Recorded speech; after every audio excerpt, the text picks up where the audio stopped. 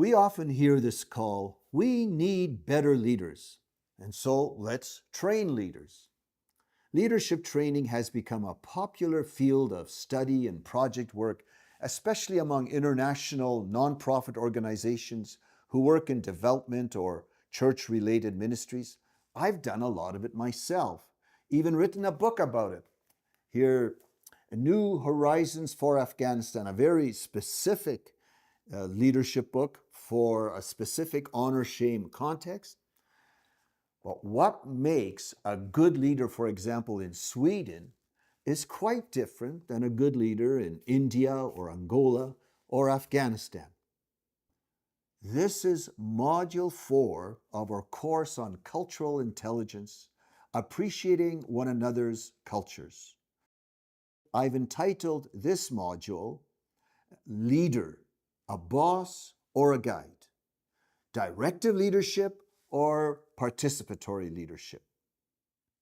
However, before we look at cultural differences in leadership, let's pull back and discuss different styles of leadership.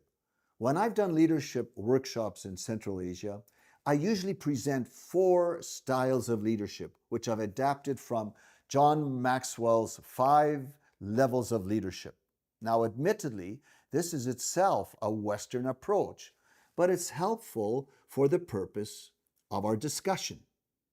So we start with position leadership, where a person uses their authority to lead. The leader has authority by virtue of the position or title that they hold. Such leader naturally gives orders and people obey those orders. We can also call this directive or power leadership. Then people leadership, or also called participatory leadership. This type of leader involves their people, listens to them, seeks to meet their needs, and encourages them in their roles. As much as possible, the leader relates closely to their staff and is on friendly terms with them. Production leadership, this leader wants to see results and ensure that things get done. The leader works hard and expects their personnel to work hard as well. Profit and more profit. Empowerment leadership.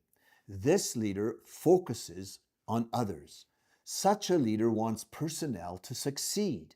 The leader will invest time and resources in their staff to see the staff built up and develop their capacity so that they can flourish. Now, before we go on to talk about culture differences, why don't you go through this activity that will help you compare the different styles of leadership.